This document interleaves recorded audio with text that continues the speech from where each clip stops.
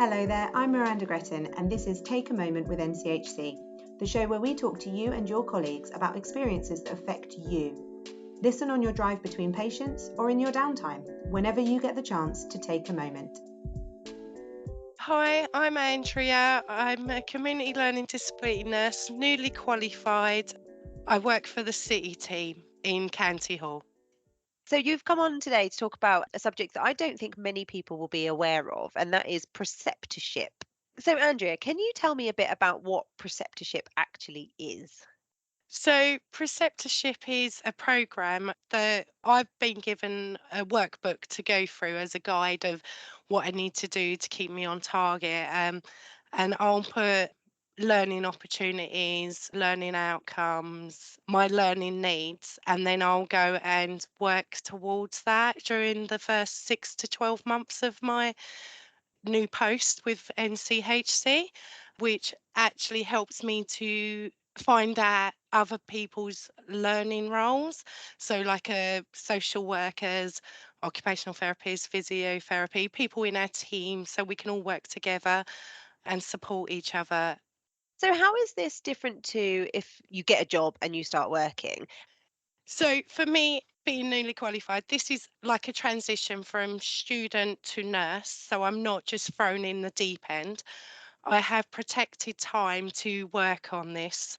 I have the knowledge and skills, but I'm not expected to panic and stress and get nervous. So I've got the time, I've got the support. I also get a preceptor who supervises me and guides me and signposts me. If I get stuck, I can go and ask questions, and I can just feel secure in my job because of the preceptorship program. It's like you said, a transition between being a student and being in that environment of education and then coming into the work environment, the community healthcare environment, which I guess you won't have seen that much prior to starting. Yeah, so we had placements at university, but with COVID as well, our learning opportunities, they were great. I had great experience, but I ended up in the same placement 3 times because of COVID restrictions. So to actually have this protected time as a preceptorship actually really works for me, particularly because I have the time to research things. I have the time to read, and I've got the support from my team they've all been really supportive, actually, really good. That's amazing. And so your line manager, the team that you're in at the minute, is your line manager your preceptor, or is it a separate sort of department that deals with that? My preceptor is the lead nurse in my team, which is great because she obviously understands that I'm just new at this and there's so much to learn. And she's really good at not overloading me. She's really good at making sure that my learning balance and work balance, both of them are working at a nice level so I don't feel overwhelmed. So you get the protected time to kind of do your learning opportunities and stuff, and that is something that's very different. If you start in a new job, a lot of the time you hit the ground running, don't you? Is it that you can literally just say, right, I want a little bit more knowledge about that because it will help me in this role, and then go off and do some shadowing and that kind of thing? Is that how it works?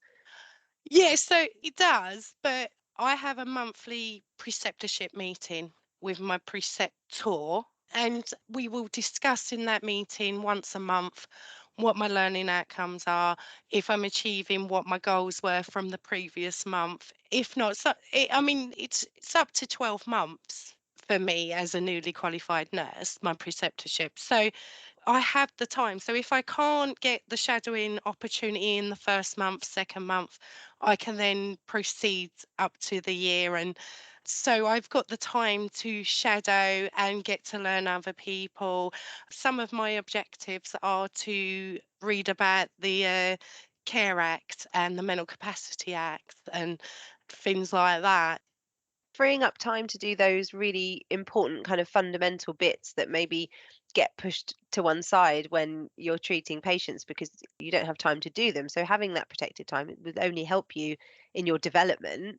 When you said about it allows you to not feel overloaded or overwhelmed by what you're doing, and I think that's such a positive of this. Do you think it will have an impact on staff retention, that we might get people in who, if they didn't have the preceptorship and they weren't as well supported, they might get overwhelmed and think, oh, do you know what? I'm not going to do this. And they might leave. Do you think the preceptorship helps with encouraging people to stay? Yes, so for me, I love my job. I love the way I've been integrated into the team. And because I've got the preceptorship on a Monday, every Monday now, I'll work on my preceptorship. But for me, having the support, having that protective time, whenever someone says, oh, there's a band 5 job going, I just think, I've only just got this job. I don't want to look at other jobs. So I love my job. I don't plan on leaving. That could all change in 2 years' time or whenever. But at the moment, I feel really privileged to have got a learning disability community job as my first role as a nurse. So, and it's not just my team, other teams as well. They understand I'm under preceptorship, and they're also supportive. If you need anything, there's always someone that will show you or tell signpost you where to go for your learning. And yeah, it's good. Why is it so important that we have a program like this? So for me, I feel that there's so much to learn when you start a new job. And then to do something like nursing, there is so many policies, procedures to read, and there's also like the system, learning the new system, and then there's remembering what you've learned. So to have the structure of a preceptorship workbook to be able to follow, to ensure that when you feel lost, you can just go back to that and read it, keeps you in place. And having the support from my preceptor is just amazing. So for me, I feel that I'm not feeling rushed, so then I'm not making mistakes. I'm not feeling pressured. I can actually take the time to read up on my caseloads, ensure that I'm considering everything that's needed, all the assessments that I need to do. It is actually a really hard job to do. But again, I like the challenge. I like supporting people. I like person-centered care, and I like having time to actually build a professional relationship with the clients. Tell me about your journey then, Andrea. What made you want to go into learning disabilities? So I never heard of learning disability nursing, although I had a son who was diagnosed with Asperger's syndrome at 8 years old. So what happened? I was on an access course. I applied for University of Suffolk for radiography. But then a friend approached me. She'd been to the UEA open day, and she came up to me and she said, have you thought about being a learning disability nurse? And I said, I don't want to be a nurse. I don't want to work on a ward. She went, no, no, it's not like that. So then she explained it to me. And then as I was driving home, I was like, well, she took the time to tell me. I better have a look. And that was it. I was just absolutely hooked. And then my first day of university, I knew I was in the right place. That's amazing. What a journey. And how is being an LD nurse now? How does that help you with your son? Has it influenced kind of anything that you do with him? He's got a job actually working in Launchpad for children with learning disability as well as a teaching assistant. So I'm really, really proud of him. But yeah, so he's sort of following similar structures as I am. So when I'm talking to him in a different way, he knows what I'm doing. he understands. But yeah, I do. Our relationship is different. I mean, he has trouble with emotions, but he has had education where he's learnt emotions. So he knows when I'm happy, when I'm not happy. And he's always asking how I am and gives me a hug. But yeah, it's lovely. Learning disability nursing does change the way I speak to him. But again, he's probably got those answers already prepared.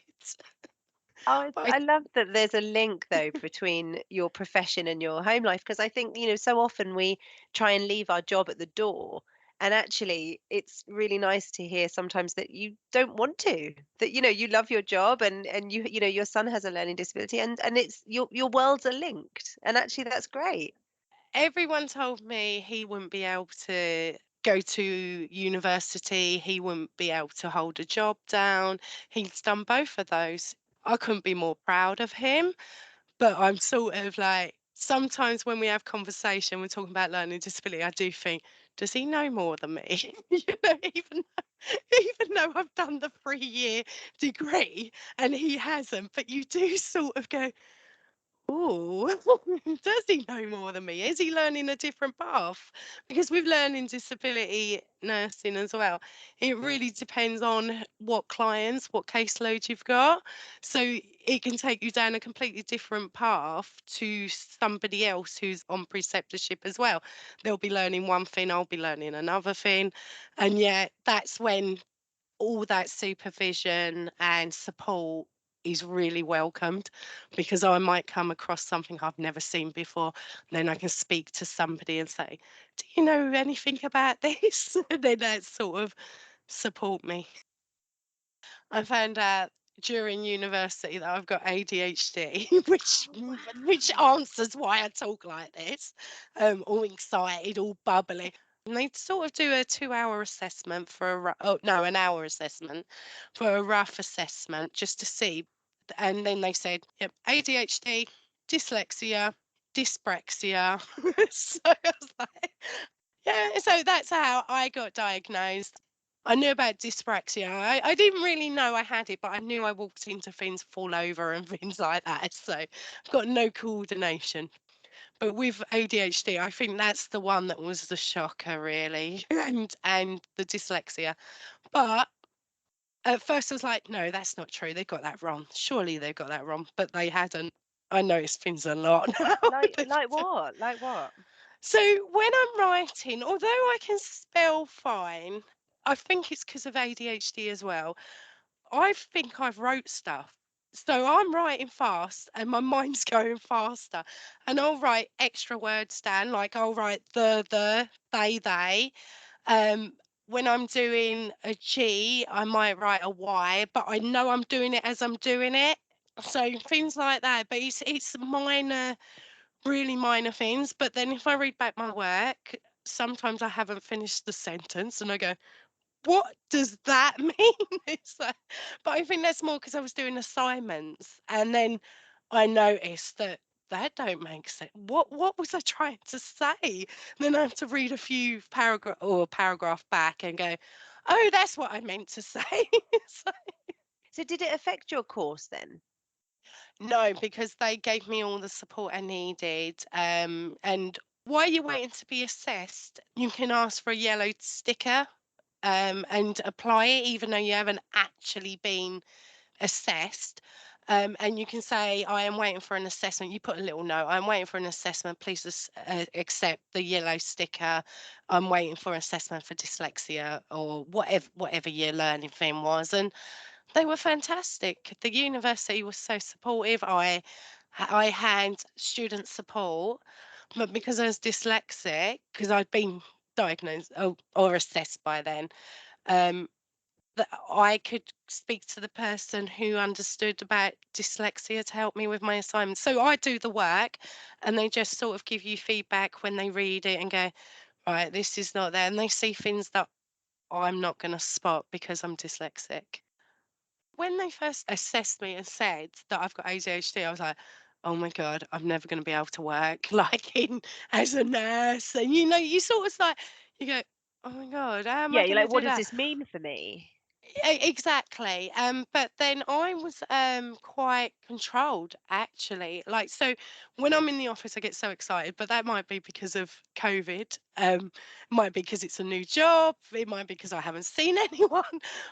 I am bubbly, but I'm only bubbly if I know that, because I'm working with people with learning disability. Some people don't like high pitch, so I'm quite cautious. So I'm constantly thinking, make sure you tone it down, Andrea, tone it down. But I actually was quite surprised that I could be that patient because at home I'm not. Thank you for listening to Take a Moment with NCH&C. If you've enjoyed this podcast, please visit the podcast intranet page to leave a comment and for details of our other episodes. You can also follow NCH&C on all social media channels.